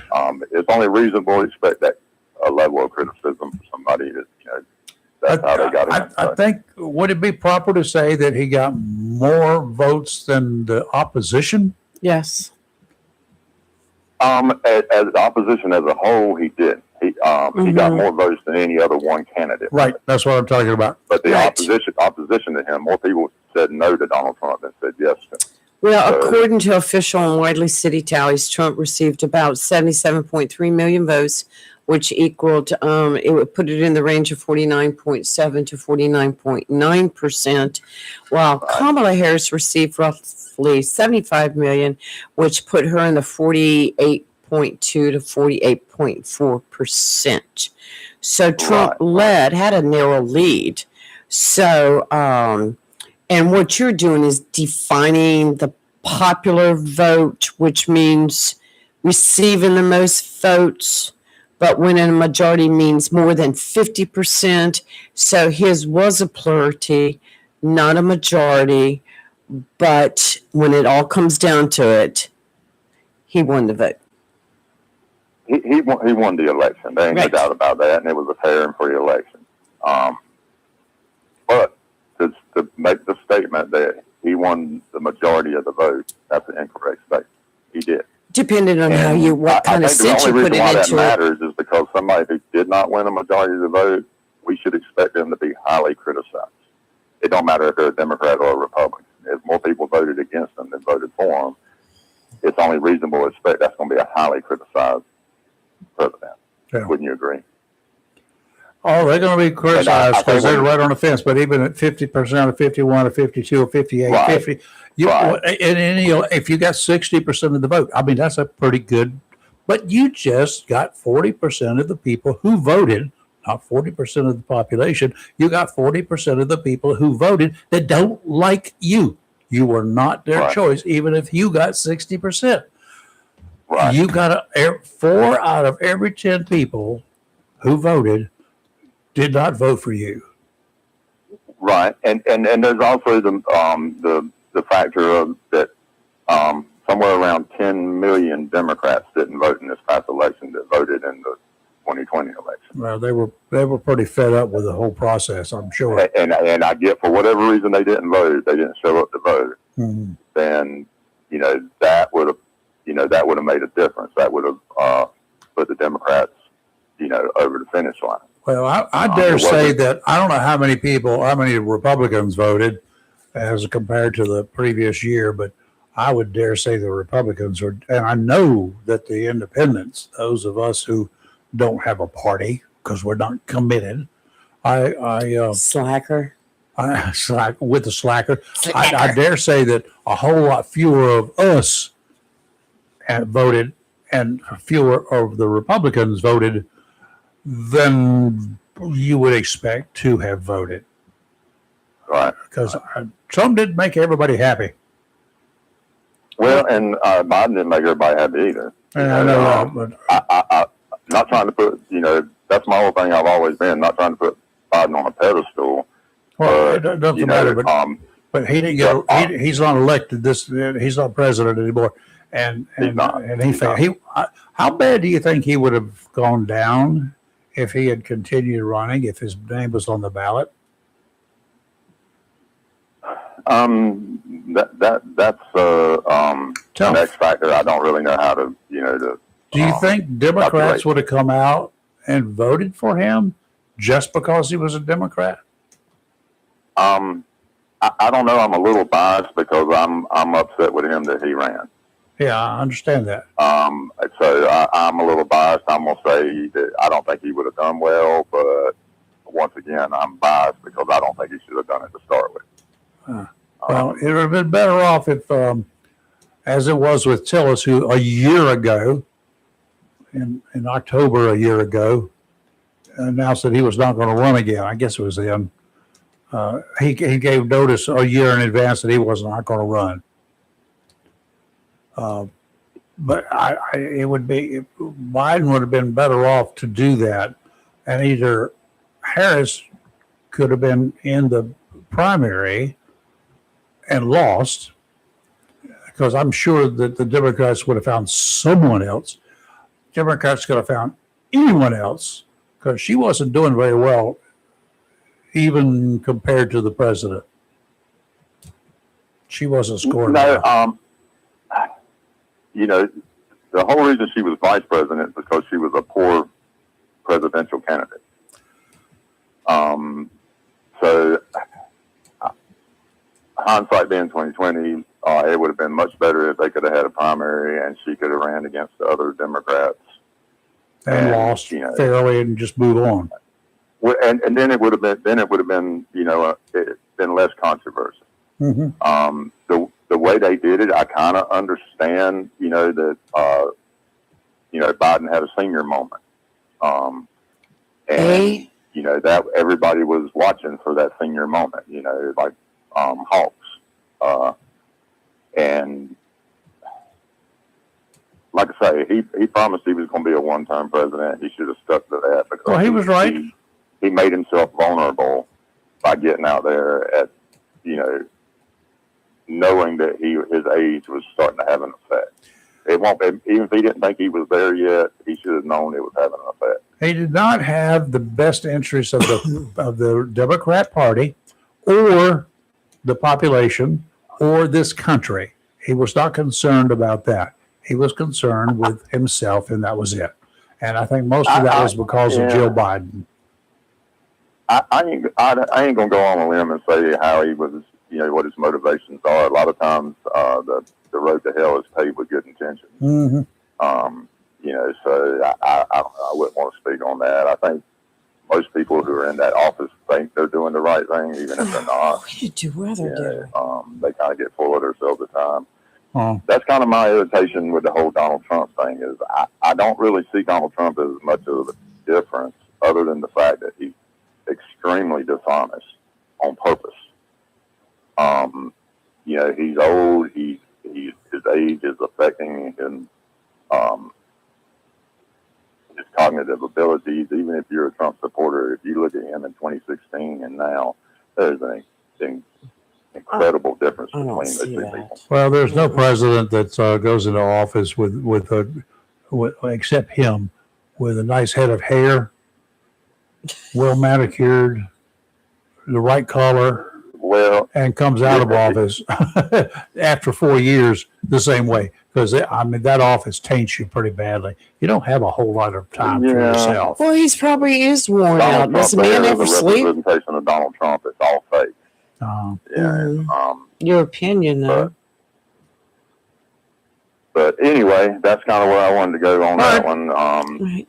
Thank you. But other than that, y'all have a blessed day. You too. Take care, You Steve. too, Steve. Bye. All right. Out to 16 nautical miles today. Northeasterly winds are 10 to 15 knots, seas 3 to 5 feet. Easterly winds tomorrow 5 to 10, 2 to 3. Southwesterly winds 5 to 10 on Friday, 2 to 3. And that's what the weather is looking like out there in the marine. Yeah, I updated mine because originally this morning they said increasing clouds, but yet, so I went and checked and there's an update. Sunny with a high near 87. Calm wind becoming north 5 to 8 miles per hour. Tonight, partly cloudy with a low around 66. Thursday, mostly sunny with a high near 89. And Friday, we're looking at a slight chance of showers and thunderstorms. Mostly sunny with a high near 94. And Rayford, I really thought yesterday we were going to get a heck of a storm. Well, we did, but not here. Well, no, I'm talking about over us. Well, that can happen. We just Rayford. happen to be in. Did you have heavy rain here yesterday? Nope. I did not either, but yet the clouds over top of my house were black, fierce, and the But wind they were picked just up. gathering water, and they moved on up the coast a little bit, and they Well, that's what I'm trying to dumped say. 2 inches But, of rain. you know, it actually rained in my house. It was like a real light rain, but it was fast. That's all it was. But there wasn't enough to even register in the. That's right. Didn't have it It's here. crazy. Yeah. But it did rain. Want to know why some of us, like me, are really concerned about rising property taxes? What happens if you should not agree with the increased taxes you're forced to pay because of reevaluation? Suppose you appeal the government's claim as to what your property is actually worth and you lose. Suppose they tell you your property is worth $500,000 and they're going to they're going to get the money from you for $500,000 worth of property. You disagree with them. Yeah. So you appeal the decision, their decision, Right. and you can appeal it all the way through whatever their appeals process is, all the way up the line. Who we got? Charlie. You can make that appeal all the way up the line. However, at some point in time, you may end up in court. And if the court, as they did in this one case of a Michigan family, agrees with the county government can still seize your property, sell your home for any amount it can get to cover the taxes that you owe. Mm-hmm. And to add insult to injury, if they sell the property for the taxes you owe, they don't have to pay you what they say your property is actually worth. In other words, they say your property is worth $500,000 and they sell that property to somebody and they get enough money to pay the taxes on it. You're lost. All your money is gone. What are you trying to stir up? I'm just telling you, here's what happened to a Michigan family. Oh, this is a gosh. fact, Jack. Okay. In tell Michigan, us. the family owed $2,200. They had a $200,000, a very 2000, modest home. Okay. They said they were appealing the process that their home was worth whatever $200,000 that the county said. Okay. The county sold the home. What? They seized it, and so they did a forfeiture. They did a claim and took the people's home, their $200,000 home, and they sold it. And they did not pay whatever. They got their money. They got their taxes. But it added to their taxes, the actual $2,200, they added the cost of selling the property. There's a Right. Okay. Gotcha. They added all the legal fees that the county incurred. Right. And who got the profit from the equity from the house? The county. What? Uh-huh. Along with some Monsters. handling expenses, advertising expenses, and punishment to convince other families they should not want to mess with the county tax office. I'm not comparing this to anything that's going on in Oslo County, but the U.S. Monsters. Supreme Court Tuesday unanimously sided with Isabella County, Michigan, and rejected the family's claim that local governments must pay homeowners full fair market value of their property seized, and they sold it in tax foreclosures rather than the lower price obtained at public auction. If they sell it for a lower price, they don't have to make up the difference Right. for you. Understand that. Yes. So if it's worth $200,000, but they can't get $200,000 for it, then it's not worth $200,000. Then it shouldn't be taxed on $200,000. But they did. And they took the property because the people wouldn't pay the taxes on it. Charlie, you're here. Hey, Charlie. Yeah, but you're missing the key point. I mean, you're saying something great, but you're missing the key point. What's that? The key point is, well, here's the key point: the 2026 tax sale ruling. The High Court unanimously ruled against a Michigan family fighting for equity. Yep. After their $200,000 home was sold at auction for $76,008 to cover roughly 2,200 unpaid taxes. Now think about that. You would think that they would go to their grandparents, their father, and say, "Listen, can I please borrow $2,200 The home was sold for $76,000. That's where the whole flaw in the system is. Just to cover their fee of $2,200.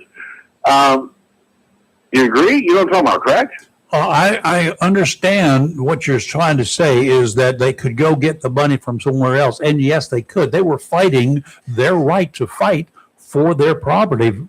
And the county agreed to sell this property, this $200,000 piece of property for $76,000, I think it was, $76,000. Right. Then therefore that property was not worth $200,000 that they claim it was worth, or they would not have sold it for $76,000. Well, so let me ask you a question. So obviously, homes in that neighborhood in the last year or so, Yep. they have an estimate of what those homes sold for. So you mean to tell me that no homes in that neighborhood? I don't sold for more know. than I don't know. But if they can't get I more think than so. if they can't get more than $76,000 for a home that they claim, the county claims is worth $200,000, then there's a problem. The county is flawed. Well, no, I think there should have been, like, at the auction, there should have been a minimum bid. If homes in the neighborhood for the last 6 months have sold for upwards of $150,000 plus, the opening bid should have been $150,000, nothing less. $200,000 So I don't know should be the how- opening bid should be $200,000 if they claim it's worth $200,000. Yeah, I don't know anything about money. I'm horrible at money. I'm a funny guy. I don't know anything about dollars. Hey, let me ask you guys a question. Okay, shoot. I'm looking at your backdrop. You got this beautiful. We got Facebook up here. We got a camera up here only because we get on Facebook only if we have video. We can't get on Facebook with nothing, or we would. We are radio. I've heard you say it before, several times. What? That you don't like the backdrop. No, I'm not. I like you guys. I'm just saying. Do you ever think about maybe changing a few things? Like maybe. No. I'm not. It's not bad. We're simple It's people. not okay. What is it? We're simple people.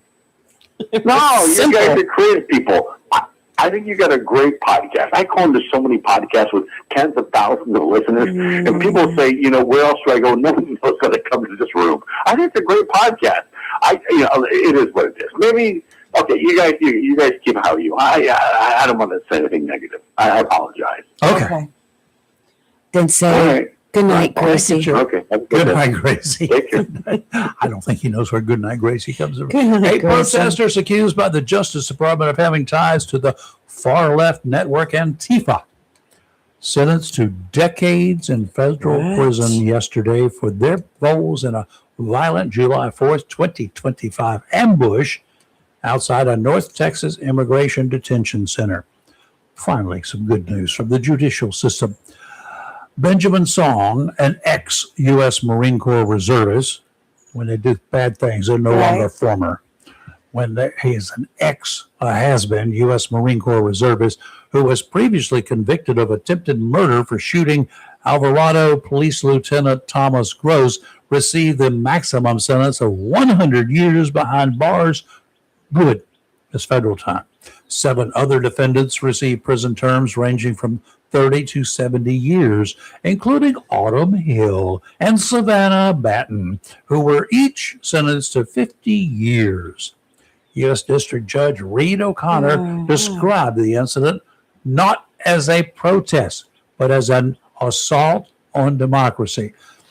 Prosecutor Frank Gatto, I loved his wording, urged the judge to impose stiff penalties, saying the defendants hold extremist beliefs and believe violence is justified. The lengthy sentences follow a federal jury trial in Fort Worth where the defendants, described by the DOJ as members of a North Texas Antifa cell, were convicted of providing material support to the terrorists, rioting, and conspiring to use and carry explosives. That's what they did. And people got hurt. This is not a protest. This was an attack. and it was an assault on democracy, as the judge said, the federal judge said. Can't do it. Don't do it. You're going to prison. Goodbye. See you. Wouldn't want to be you. Well, have you been keeping up with the story over the Lincoln Memorial reflecting pool? The Lincoln Memorial doing what? The reflecting pool that's out there in front of the Lincoln Memorial. So who made the story up? Well, they've got 6 people already been arrested over recent damage. Yeah. But the president was claiming, well, first of all, it's like a $14 million plus rehabilitation project to fix everything. But he claimed without supporting evidence that there had been a 350-foot gash in the paint. And right now they're trying to fix everything. But other media outlets are saying there's no proof in any of that, which I don't know. I have no clue. But, you know, the water's been plagued with algae bloom, and pieces of the new coating appear to be peeling off the bottom. So that's one of the reasons why they're going in there and they're restoring it all. Trump has claimed that it was purposely and criminally done, and somebody had to work very hard, probably in the dark of night, to create such a condition as putting a slash in the paint. But it's just been so much story over it. But one man was arrested just the other day after touching the already peeling paint. He said he wanted to examine the new coating, touching a still attached chunk briefly, then letting go shortly after a park worker told him to. Yeah, he got arrested. I don't know. National Guard members and park police have been patrolling the deck around the pool after Trump insisted over the weekend that vandals were responsible for damage to the liner. Crews were seen adding fencing to the area. My page just jumped. So, you know, this whole thing of the reflection pool. I mean, like, have we got something better to worry about? You thought about Iran lately? And No, I tried anything I ran. I turned the channel. Have we got their new? Turn it. Have we got all their nuclear stuff yet? Mr. President, turn that reflection pool over to somebody else. There's people out there. Mm-hmm. You got people. Let somebody else handle it. Tell JD to go take care of it. Well, back to my reflecting point, you know, they found a dead duck in it the other day. I didn't do it. But, you know, I'm sure that duck probably died of natural causes after going into the algae bloom. Dead duck in the middle of the road. Dead duck in the middle of the road. Yes. Anyway, Iran, you know, right now, Redford, anything that comes on about Iran, I turn the channel. I have to step away from it for a while. I'm so tired of hearing that, oh, we're going to sign. No, we're not going to sign. We're not going to bomb. We bomb. We're not going to make nuclear bombs. And, you know, do you honestly believe Iran when they say they will accept that condition to never build a nuclear bomb or have their hands on one? I believe they're telling the truth that we would go ahead in there with carpet bombing and kill everybody in the government in Tehran. Well, okay then. They will be they will not be building the bomb if we do that. Well, did you hear that there's problems in the strait again because Iran was going to start charging a fee for the ships? That's not going to happen. $50. Give me $50 to come through. I'll give you 45 reasons you ain't going to get it. Yeah. And why did gas go back up? It went up about 30 cents a gallon. I don't know. It was in the last couple of days. It was $3.26 at Sam's yesterday. Well, go look at it. It's gone up again. God, I should have. I mean, it's just ridiculous. It's absolute. Just, I'm telling you, Rayford. Are we going to be? Charlie's worried about the government, our country, not the government. He's worried about the country, and I agree. I'm worried about the country too. And I'm like, what in the world? Socialists are taking over. They found a stronghold. They found a weak area. It's New York right now. It started with the Mayor Zoran Mamdani, a socialist, elected to be mayor of the biggest city in the United States. Got more people under his control as mayor than any other city in the United States. Yeah. New York has got a bigger population than any other city in the country. And he, a socialist, which is, in my personal opinion, and has been described by more than one person, is one step away from being a communist. Okay? But now, a year after he shocked the world, this socialist won a Democrat primary victory and then won the election to be mayor. He passed the test. He got by that one. He beat the Democrat Party establishment. As a trio now of Danny endorsed far left congressional candidates won their primaries over more moderate incumbents and rivals. The Democrats are being overrun by socialists. They're calling themselves Democrats to get elected. But now there are three more socialists. Bernie Sanders is celebrating. Bernie Sanders, a registered Democrat, a practicing socialist. And now there are three more congressional congressmen. They have won. I would be glad to see 2026 leave and 2027 They have begin. won their Would you? primaries. They're likely to be elected. Yeah, I would hope the Democrats, I would hope that those who are unaffiliated come out of the woodwork. I hope that they endorse whoever. I hope they got a Republican running. I'm sure they do, or Republicans running. But I certainly hope that those my people and the Democrats will band together to take a serious look at these candidates. And if they, being non-socialist, if those candidates, Republican candidates, are not socialist and they can cut the mustard, they meet the minimum requirements, please vote for them. New York, we don't need any more socialists in Congress. there's a lot of things we don't need any more of in Congress. It's coming down. We're going to have a battle, and the socialists are taking over, slowly taking over. Let's see. Look at them. Look at them in Minnesota. Look at what's going on there. Look at them now in New York. The mayor and three possible congressional Congress people. If they win the election in November, they will add 3 seats in Congress. They're Democrats, but only in name. They're socialist. Bernie Sanders is not a Democrat, but he runs as a Democrat. You don't see him listed as anything else but a socialist. They don't call him a Democrat. He's a Democrat just to get elected. Which just blows my mind anyway. So I'm looking at the calendar for the North Carolina House and the North Carolina Senate, and right now I don't see anything to fight about. So everybody at City Hall, take a break.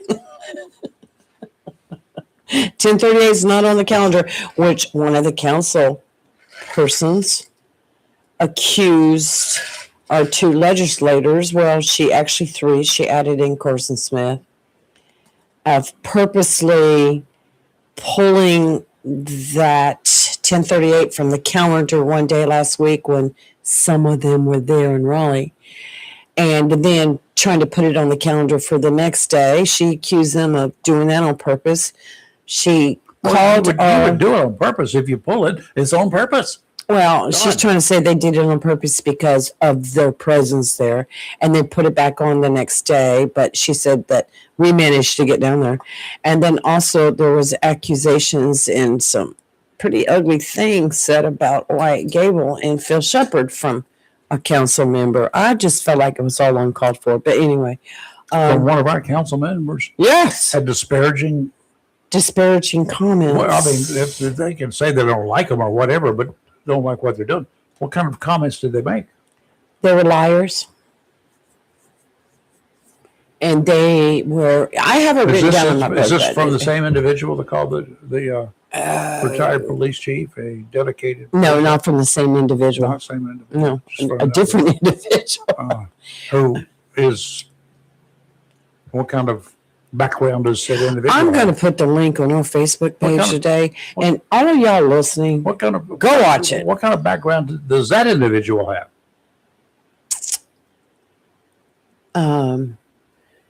calls himself a doctor.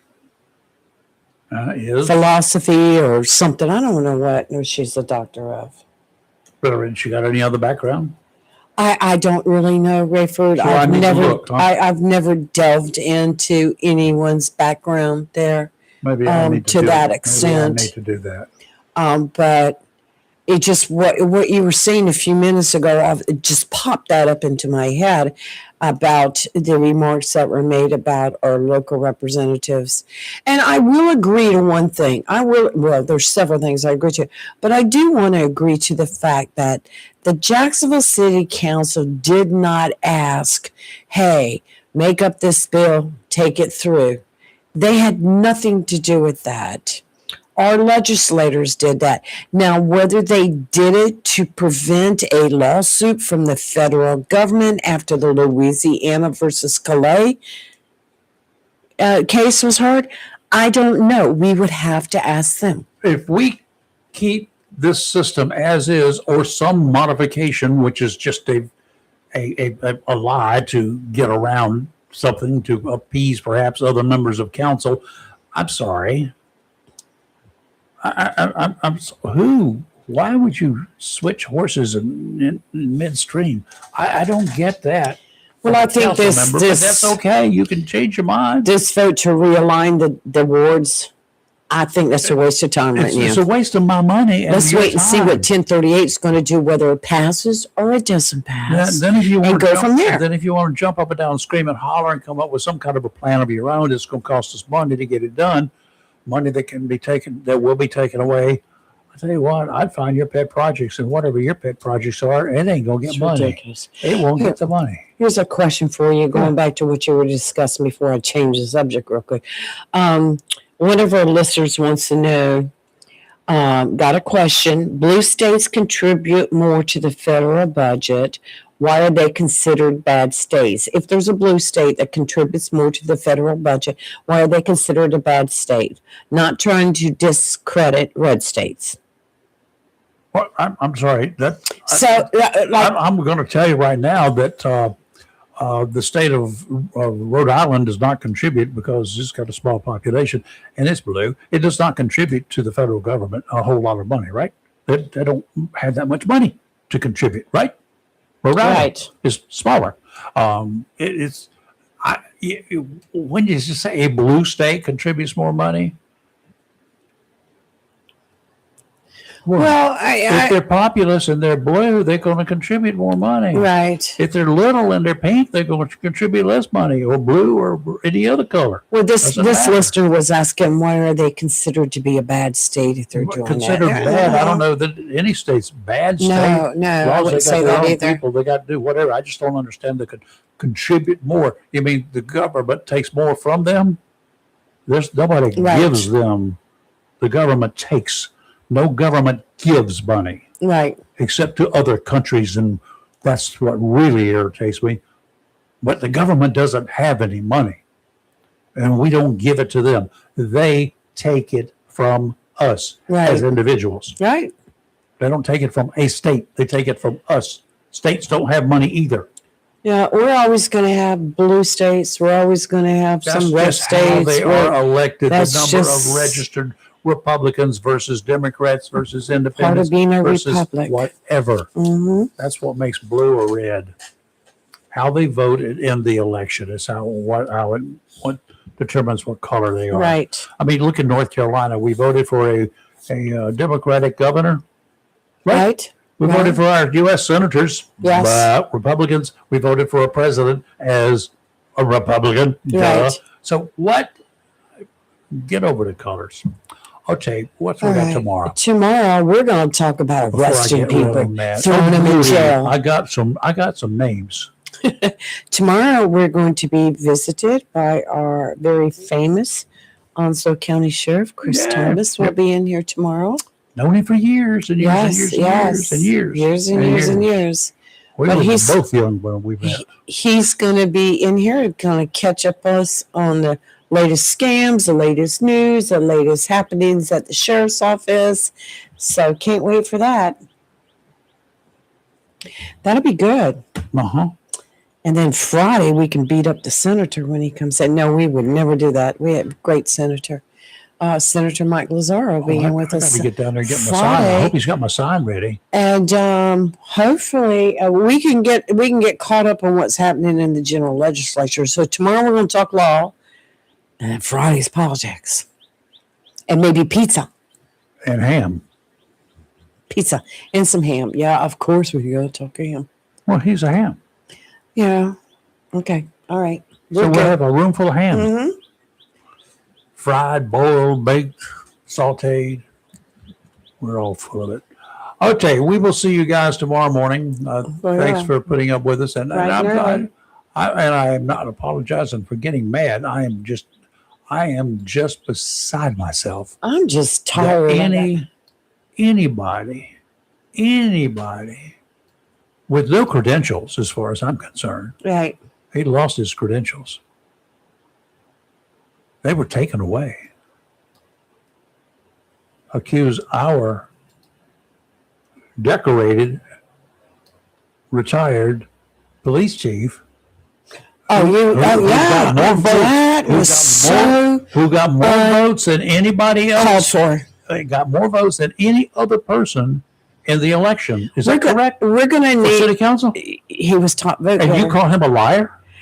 We need to get the mayor a new gavel because I'm sure he split his last night. I got something over there for the mayor. But that was so uncalled for. That was ridiculous. Absolutely ridiculous. You go ahead and answer that. We're going to go ahead and go for the day, and we'll see you all bright and early You're tomorrow live morning. and local, real talk, where we're not afraid to talk. we write the rules. But apparently y'all are. Give us a call tomorrow. We'll talk to you then. Have a great rest of your day and a gooder tomorrow. You're live and local, where we're awake and not woke.